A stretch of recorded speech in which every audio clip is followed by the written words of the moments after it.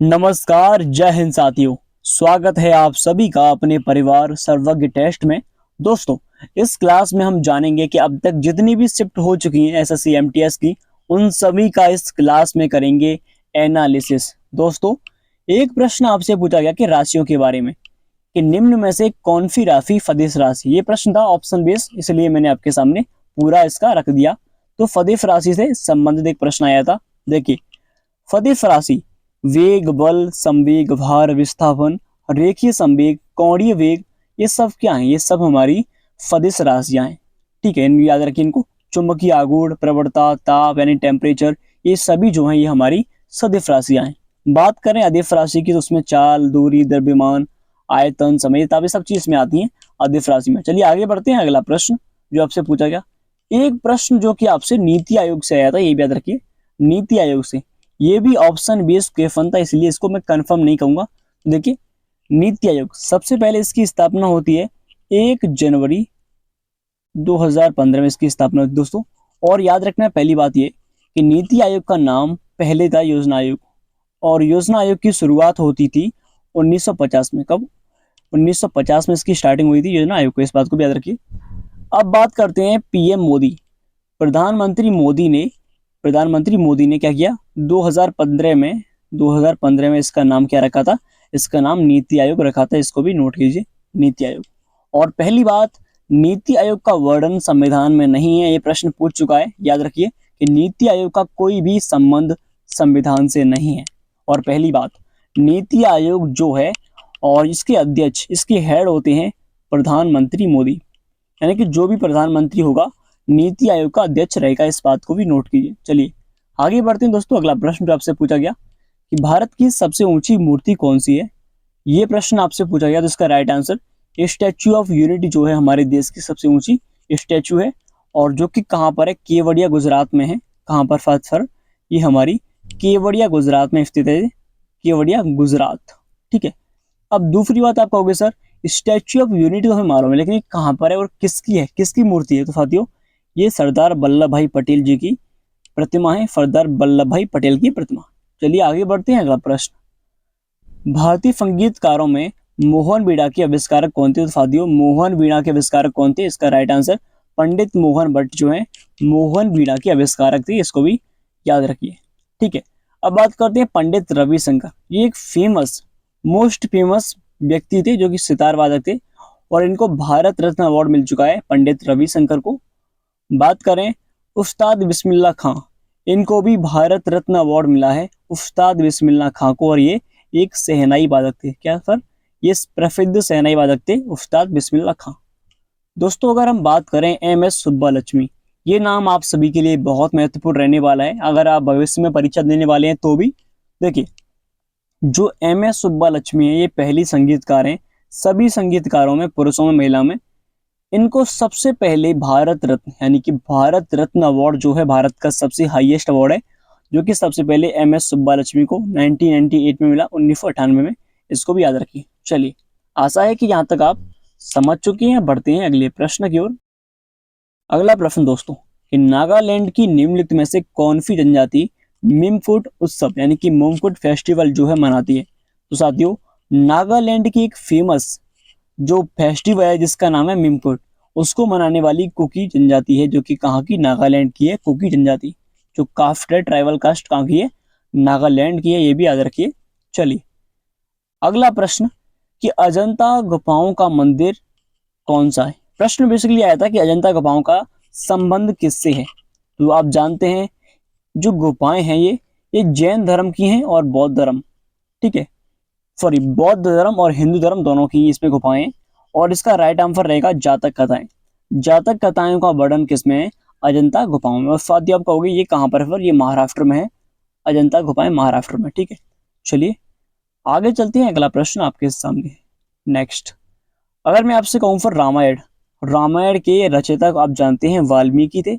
वाल्मीकि, ठीक है, वाल्मीकि इसका राइट आंसर। अगर हम बात करें पंचतंत्र, तो पंचतंत्र जो पुस्तक है उसके लेखक विष्णु शर्मा थे। इसको भी याद रखिए, विष्णु शर्मा इसका राइट आंसर पंचतंत्र। ठीक है। इसकी कवि बहुत प्रसिद्ध पुस्तक है। इसको याद रखिए, पंचतंत्र जो पुस्तक है ये विष्णु शर्मा की है। चलिए आगे बढ़ते हैं। 1843 में जब भारतीय दास्ता अधिनियम पारित हुआ तब भारत का गवर्नर जनरल कौन था? तो उस टाइम पर जो गवर्नर जनरल था, चलिए ये प्रश्न आपके लिए, इसका तो आंसर आप दे दोगे। नेक्स्ट, निम्नलिखित में से कौन सी रियासत भारत में विलय करने वाली अंतिम रियासत थी? तो साथियों, सबसे अंतिम रियासत कौन सी थी इसको आप जानते हैं। देखिए, भोपाल तो अंतिम रियासत थी। अगर बात करें अंतिम क्षेत्र जिसको भारत में शामिल किया जबरदस्ती, तो उसका नाम हैदराबाद है। हैदराबाद को जबरदस्ती भारत में शामिल किया, और ये जो था ये कहाँ पर, ये पाकिस्तान में मिलना चाहता था, लेकिन भारत ने ऑपरेशन ऑपरेशन पोलो के तहत ऑपरेशन पोलो के तहत जबरदस्ती इसको भारत में शामिल किया। इस बात को नोट कीजिए। चलिए आगे बढ़ते हैं, अगला प्रश्न आप सभी के सामने। नेक्स्ट देखिए, भारत के किस ब्रिटिश वायसराय के कार्यकाल के दौरान 1911 में बंगाल का विभाजन रद्द किया? तो साथियों, उस टाइम पर लॉर्ड हॉर्डिंग, 1911 में लॉर्ड हॉर्डिंग के स्वागत में बंगाल के विभाजन को रद्द कर दिया। इस बात को नोट कीजिए। चलिए आगे बढ़ते हैं, अगला प्रश्न आपके सामने। अगला प्रश्न दोस्तों कि वर्तमान में नागर विमानन मंत्री कौन है? आपको सभी वर्तमान में जितने भी मंत्री हैं उन सभी को पढ़ के जाना है। इनसे प्रश्न एक एक प्रश्न बन रहा है, याद रखिए इस बात को। मिनिस्टर ऑफ सिविल एविएशन कौन है? तो साथियों, वर्तमान में नागर विमानन मंत्री, उनका नाम है श्री किंजरापू राम मोहन नायडू, जो है वर्तमान में नागर विमानन मंत्री है। बात करें साथियों एफ जयशंकर की, ये वर्तमान में जो एफ जयशंकर जी हैं ये विदेश मंत्री हैं। साथियों, विदेश मंत्रालय इनके पास है, फॉरेन मिनिस्टर। बात करते हैं निर्मला सीतारमण जी की, तो इनके पास वित्त मंत्रालय, क्या है सर? वित्त मंत्रालय इनके पास है, यानी कि फाइनेंस मिनिस्ट्री इन्हीं के पास है, निर्मला सीतारमण जी के पास। बात करें धर्मेंद्र प्रधान की दोस्तों, इनके पास एजुकेशन मिनिस्ट्री है, यानी कि शिक्षा मंत्रालय इनके पास है, धर्मेंद्र प्रधान के पास शिक्षा मंत्रालय। चलिए आगे बढ़ते हैं कि वर्तमान में सामाजिक न्याय और आधिकारिता मंत्री कौन है? यानी कि minister of social justice and empowerment कौन है वर्तमान में?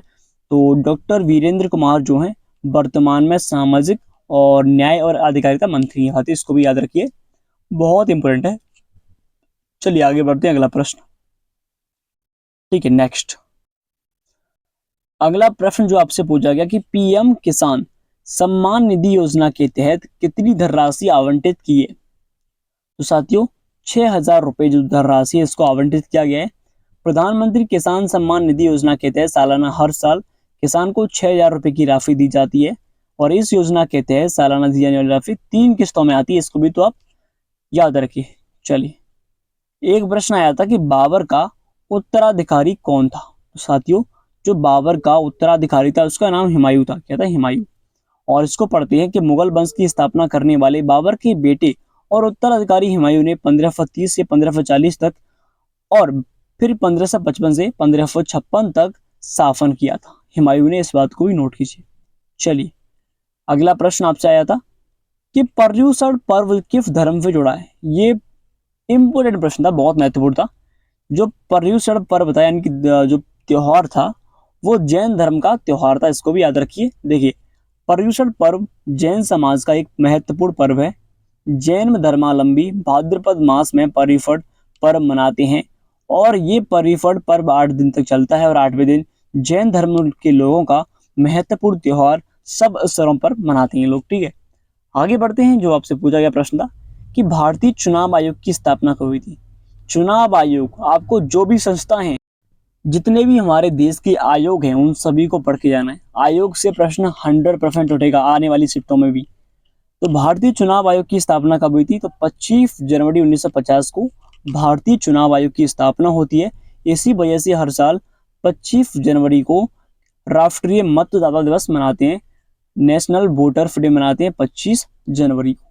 देखिए, अनुच्छेद 324 के तहत संविधान संसद, राज्य विधानसभाओं और राष्ट्रपति और उपराष्ट्रपति के कार्यालयों के चुनाव के संचालन के लिए मतदाता सूची की तैयारी के अधीक्षण, निर्देशन और नियंत्रण के लिए एक चुनाव आयोग का प्रावधान करता है, और इस प्रकार चुनाव आयोग केंद्र और राज्य दोनों के चुनाव के लिए जिम्मेदार है। इस बात को भी याद रखना है। चलिए अगला प्रश्न बहुत इंपोर्टेंट था, सम्राट अशोक से प्रश्न बना था, ये भी याद रखिए। वह कौन शासक था जिसने राज सिंहासन पर बैठकर अपने बड़े भाई सुसीम की हत्या की थी? तो साथियों, एकमात्र था जिसको महान मानते हैं, अशोक। अशोक ने अपने भाई की हत्या करके, जो सम्राट अशोक था जिसने, और इसने क्या किया, इसके बाद ये गद्दी पर बैठा। देखिए, बात करें साथियों किसकी, अशोक की, तो इसने कलिंग का युद्ध लड़ा था, कलिंग का युद्ध। और इस युद्ध के बाद इसने कई नरसंहार देखा, यानी कि पूरे युद्ध में लाखों लोग मारे गए। इस वजह से इसके अंदर जो अंदर हृदय था उसका तृपित हो गया और फिर इसने बौद्ध धर्म को अपना लिया। चलिए आगे बढ़ते हैं। नेक्स्ट देखिए, अगला प्रश्न था कि कौटिल्य का वास्तविक नाम क्या था। तो साथियों, कौटिल्य कौन थे, ये आप भली भांति जानते हैं। कौटिल्य थे विष्णुगुप्त, इन्हीं को चाणक्य के नाम से जानते थे, विष्णुगुप्त को। ठीक है, देखिए यहाँ पर पढ़ते हैं कि कौटिल्य का वास्तविक नाम विष्णुगुप्त था, लेकिन सब इनको अक्सर चाणक्य के नाम से जानते हैं। इनको अर्थशास्त्र के जनक की उपाधि भी प्राप्त है। इनकी फेमस जो पुस्तक है उसका नाम अर्थशास्त्र है दोस्तों, ये तो आप जानते ही हैं। देखिए अगला प्रश्न, यहाँ पर हम बात करें समुद्रगुप्त, इनको फेमस आप जानते हैं भारत का नेपोलियन कहते हैं, भारत का नेपोलियन।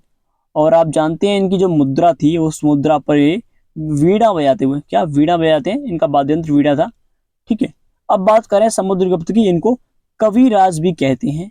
अब क्यों कहते हैं सर, क्योंकि ये सभी कवियों का सम्मान करते थे। ये युद्ध में तो बहुत पारंगत थे, युद्ध के अतिरिक्त ये क्या करते, ये बहुत ही फेमस, सभी कलाओं को मानने वाले फेमस व्यक्ति थे, इसलिए सम्राट थे, इसलिए इनको कविराज भी कहते हैं। चलिए आगे बढ़ते हैं। अगला प्रश्न कि मौर्य साम्राज्य की नींव किसके द्वारा रखी गई थी। तो साथियों, मौर्य साम्राज्य की नींव भारत में चंद्रगुप्त मौर्य ने रखी थी। जो धनानंद जो शासक था, धनानंद बहुत ही दुष्ट था भाई साहब, और इसको हराकर चंद्रगुप्त मौर्य ने मौर्य वंश की स्थापना की थी, मौर्य वंश की स्थापना, इसको भी याद रखिए। ठीक है, और उसके बाद इनका पुत्र आता है बिंदुसार, चंद्रगुप्त मौर्य के बाद बिंदुसार, फिर अशोक आता है। ठीक है, क्रम बाई क्रम इनके पुत्र थे। आगे बढ़ते हैं। अगला प्रश्न देखिए, एक प्रश्न आपसे पूछा गया था कि सिंधु घाटी से, तो प्राचीन सिंधु घाटी सभ्यता का एक प्रमुख शहर लोथल निम्नलिखित में से किस राज्य में स्थित है। तो साथियों, जो सिंधु घाटी सभ्यता है, यहाँ पर एक शहर है जिसका नाम लोथल है, और ये कहाँ पर है, लोथल गुजरात में है, ये तो आप जानते हैं। लोथल कहाँ पर, गुजरात में फेमस है, आप जानते हैं इस बात को। चलिए अब बात करें हम सबसे पहले कुछ पॉइंट्स की। देखिए, यह शहर भारत के राज्य गुजरात के भाल क्षेत्र में स्थित है और इसकी खोज सन 1957 में हुई थी।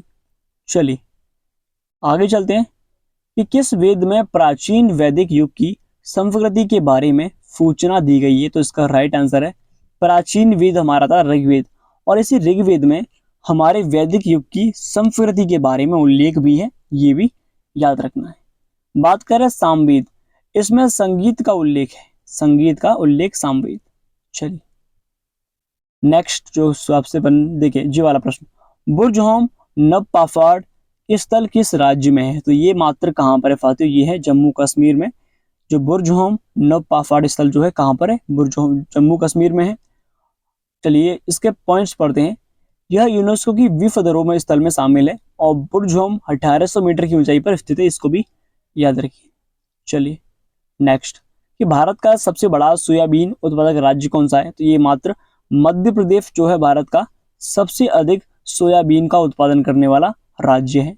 आगे बढ़ते हैं साथियों, अगला प्रश्न नेक्स्ट, भारत में कान्हा राष्ट्रीय उद्यान कहाँ पर स्थित है। जो कान्हा नेशनल पार्क है साथियों, ये कहाँ पर, ये मध्य प्रदेश का नेशनल पार्क है कान्हा राष्ट्रीय उद्यान।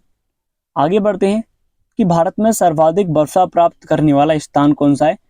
तो सर्वाधिक मात्रा में जहाँ वर्षा होती है वो आप जानते हैं एकमात्र है माफनेराम, जो कि मेघालय में, कहाँ पर फत मेघालय में है, जो कि पूरे विश्व का ऐसा स्थान है हमारे भारत में, मेघालय में, जिसका नाम माफनेराम है। और यहाँ पर पूरे विश्व से अधिक बारिश होती है हर वर्ष। ठीक है, अब आप कहोगे सर बीकानेर राजस्थान में है, इसको भी याद रखिए। शिमला हिमाचल प्रदेश में है। ठीक है, आगे बढ़ते हैं। भारत में प्रथम बहुउद्देशीय नदी घाटी परियोजना का निर्माण निम्न में से किस नदी पर किया गया। तो साथियों, ये दामोदर नदी पर पहली बहुउद्देशीय नदी घाटी परियोजना का निर्माण किया, इस बात को मत भूलना, बहुत इंपॉर्टेंट है। बात करते हैं गोदावरी नदी, 1465 इसकी लंबाई है साथियों, पहली बात।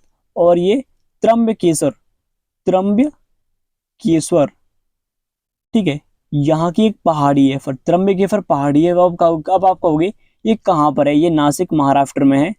नासिक के महाराष्ट्र में त्र्यंबकेश्वर पहाड़ी से निकलती है। नासिक महाराष्ट्र में त्र्यंबकेश्वर पहाड़ी से। ठीक है। अब आप याद रखना है एक इम्पोर्टेंट बात है, ये प्रायद्वीप भारत की सबसे बड़ी नदी है।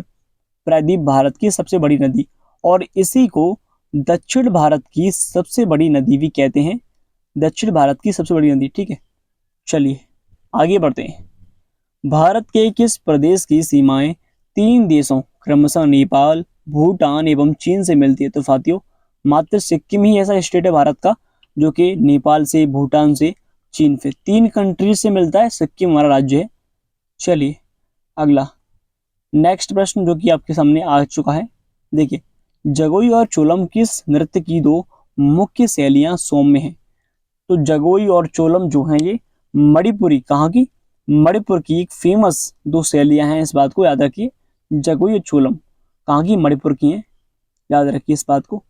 अब हम कुछ मणिपुर के और भी डांस पढ़ेंगे, जैसे रास, संकीर्तन, ढोल चोलम, करताल चोलम, पुंग चोलम। कहने का मतलब जब भी चोलम पीछे आता है भाई साहब, मणिपुर का होगा। कहाँ का? मणिपुर का चोलम भाई साहब होंगे। और ये ड्रम, बंग, पुंग बजाते हैं, इसको भी पढ़ लेना है आपको। और थांगड़ा यहाँ का मार्शल आर्ट भी बताते हैं, और पंजाब का भी थांगड़ा है, इसको भी नोट कीजिए।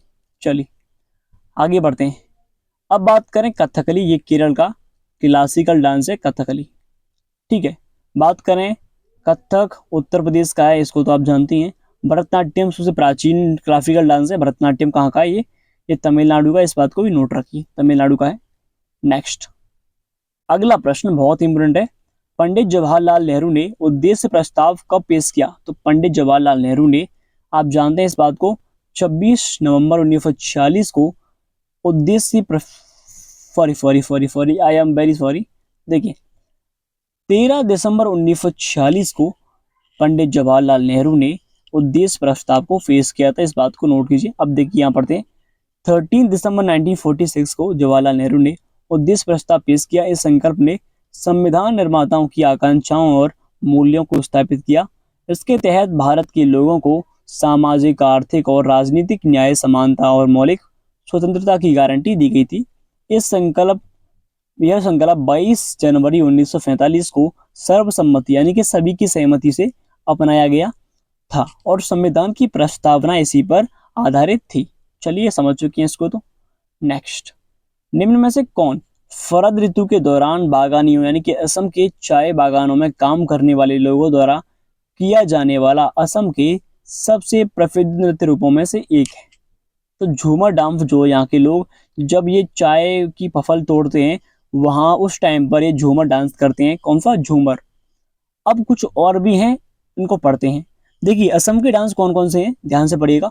बिहू नृत्य, अली ये लियांग, देवधानी, बारपेटा का भोरताल। मैंने आपको कई बार बताया कि भोरताल जो है बहुत फेमस है। भोरताल, बागुरुम्बा, बिहू। बिहू सबसे फेमस है, याद रखिए इस बात को। देखिए, धुलिया और भावरिया, बोडो का बागुरुम्बा, खम्बा, लिम्बा, उम्बा, हो भाई साहब, भावना, जब इन सभी को याद रखिए इनकी भाषा में। यही यहाँ के क्लासिकल डांस है, फोक डांस है। चलिए नेक्स्ट, कि भारतीय संविधान में आपातकालीन की अवधारणा किस देश से ली गई थी? तो इसको जर्मनी से अपनाया गया था, आपातकाली को। अपने संविधान में इसको भी याद रखना है आप सभी को। चलिए आगे चलते हैं, अगला प्रश्न। नेक्स्ट, तीनों भारतीय सेनाओं यानी कि सर्वोच्च नायक कौन होता है? सुप्रीम कमांडर कौन होता है? तो हमारा राष्ट्रपति जो देश का होता है वही तीनों सेनाएं, थल सेना, वायु सेना, जल सेना, इन सभी सेनाओं का कमांडर होता है हमारे देश का, ये भी याद रखिए। और प्रधानमंत्री मोदी, ये तो अब वर्तमान में है ही, इनको कौन नहीं जानता भाई साहब। भारतीय संविधान में वित्त आयोग की नियुक्ति का प्रावधान किस आर्टिकल में है? तो साथियों, जो फाइनेंस कमीशन है आर्टिकल 280 में आता है, ये तो आप भली भांति जानती ही है। आर्टिकल 324 की बात करें तो इसका आंसर तो आपको देना है, आर्टिकल 324। आर्टिकल 315, यहाँ पर यूपीएससी का उल्लेख है, यूनियन पब्लिक सर्विस, ये तो आप जानते हैं, UPSC, union public service commission, संघ लोक सेवा आयोग। चलिए, भारत संविधान को कब अपनाया था? इसको तो आप जानते हैं। भारत के संविधान को अपनाया था हमने 26 नवंबर 1949 को, ये शुरू में अपनाते हैं इसको, और लागू होता है 26 जनवरी 1950 को लागू होता है, ये भी याद रखिए। ठीक है, नेक्स्ट, फतेह प्रथा, ये बहुत इंपॉर्टेंट है कि फतेह प्रथा को कब अंत किया, यानी कब इसको निषेध किया था। तो 1829, 1829 में इसको अंत होता है इसका। और किसने किया, वो उस टाइम पर वायसराय था विलियम बेंटिक। विलियम बेंटिक ने इसको समाप्त किया था, विलियम बेंटिक। ठीक है, और एक बात और याद रखिए, इसके अंत में, इसके अंत के पीछे राजा राम मोहन राय का बहुत बड़ा हाथ है। उन्होंने बहुत प्रयास किए। राजा राम मोहन राय ने के प्रयासों से इसको समाप्त किया गया था, इसको भी याद रखिए। चलिए, सीमांत गांधी यानी कि फ्रंटियर गांधी के नाम से किसको जानते हैं, बहुत इंपॉर्टेंट है। तो ऑप्शन ए खुदाई खिदमतकार, रेड शर्ट्स, खान अब्दुल गफ्फार, और ये तो बहुत बहुत इजी भी है और इम्पोर्टेंट भी है एग्जाम्स के लिए। देखिए, जो सीमांत गांधी हैं, फ्रंटियर गांधी कहते हैं, उनका नाम है खान अब्दुल गफ्फार खान को फ्रंटियर गांधी भी कहते हैं। चलिए दोस्तों, आगे बढ़ते हैं। बिहार केसरी के नाम से किसे जाना जाता है। तो बिहार केसरी आप जानते हैं, श्री कृष्ण सिन्हा को कहते हैं बिहार केसरी। साथियों, ये क्यों कहते हैं, पहली बात तो आप ये बताइए सर। इसीलिए कहते हैं क्योंकि ये बिहार के पहले और दूसरे मुख्यमंत्री थे बिहार के। याद रखिए, सबसे पहले मुख्यमंत्री यही बने बिहार के, सीएम कहाँ के, बिहार के। इसीलिए इनको बिहार केसरी के नाम से जानते हैं दोस्तों। चलिए आगे बढ़ते हैं। प्रसिद्ध पुस्तक the God of small things के लेखक कौन है। तो the God of small things के लेखक कौन है, इसका राइट आंसर अरुंधति रॉय जो है the God of small things के लेखक हैं। इस बात को नोट रखिए, बहुत इंपॉर्टेंट है। आगे बढ़ते हैं साथियों, अगला प्रश्न, निम्नलिखित में से कौन चिली की मुद्रा है। ये पीसो जो है चिली की मुद्रा है, बहुत इंपॉर्टेंट। नेक्स्ट, हाँ, भारतीय रिजर्व बैंक आरबीआई के पहले भारतीय गवर्नर कौन है। रिजर्व बैंक ऑफ इंडिया, इसके पहले जो गवर्नर थे उनका नाम था सीडी देशमुख। इनका पूरा नाम चंद्रमुख देशमुख है, इसको भी याद रखिए। चलिए, सी राजगोपालचारी जो है, ये हमारे देश के पहले स्वतंत्र भारत के गवर्नर जनरल थे, सी राजगोपालचारी। चलिए आगे बात करते हैं साथियों, अगला प्रश्न, उस द्वीप का नाम क्या है जो भारत और श्रीलंका के बीच स्थित है। तो इसका राइट आंसर कच्छाद्वीप द्वीप जो है भारत और श्रीलंका के बीच स्थित है। बात करें साथियों माजुली, जो माजुली द्वीप है ये कहाँ पर, असम में। कहाँ पर, असम में स्थित है माजुली। ठीक है, और एक बात और कि माजुली और ये ब्रह्मपुत्र नदी पर, किस पर, ब्रह्मपुत्र नदी पर है। बात करते हैं विश्व का सबसे बड़ा डेल्टा कौन सा डेल्टा है, वो सुंदरबन डेल्टा। कौन सा, सुंदरबन डेल्टा विश्व का सबसे बड़ा डेल्टा है, जो कहाँ पर है, जो कि पश्चिम बंगाल में। ब्रह्मपुत्र नदी है और गंगा नदी, उन दोनों नदियों के मध्य बनता है क्या, सुंदरबन डेल्टा। इसको भी नोट कीजिए। नेक्स्ट, किस बंदरगाह को भारत के पहले हरित बंदरगाह के रूप में विकसित कहा जाता है दोस्तों। तो इसका राइट आंसर है हल्दिया बंदरगाह को पहले क्या कहते थे, इसको हम विकसित बंदरगाह के नाम पे जानते थे, इसको भी याद रखिए। नेक्स्ट, हाँ, कौन सा लेख शिक्षा के अधिकार से संबंधित है। इसका राइट आंसर आर्टिकल 21, जो अनुच्छेद 21 ए में शिक्षा का अधिकार है, इसको भी नोट कीजिए। आर्टिकल 32 में डॉक्टर भीमराव अंबेडकर ने संविधान की आत्मा कहा है, आर्टिकल 32 को। बात करें इस 32 की आर्टिकल की, अनुच्छेद 32 की, तो इसको याद रखना है, ये अनुच्छेद बहुत इंपॉर्टेंट है। और इसमें सुप्रीम कोर्ट जो है, एससी सुप्रीम कोर्ट हमारा 5 प्रकार की रिट जारी करता है इस आर्टिकल के तहत। नेक्स्ट, तो अब नेक्स्ट के लिए कुछ बचा ही नहीं है। धन्यवाद।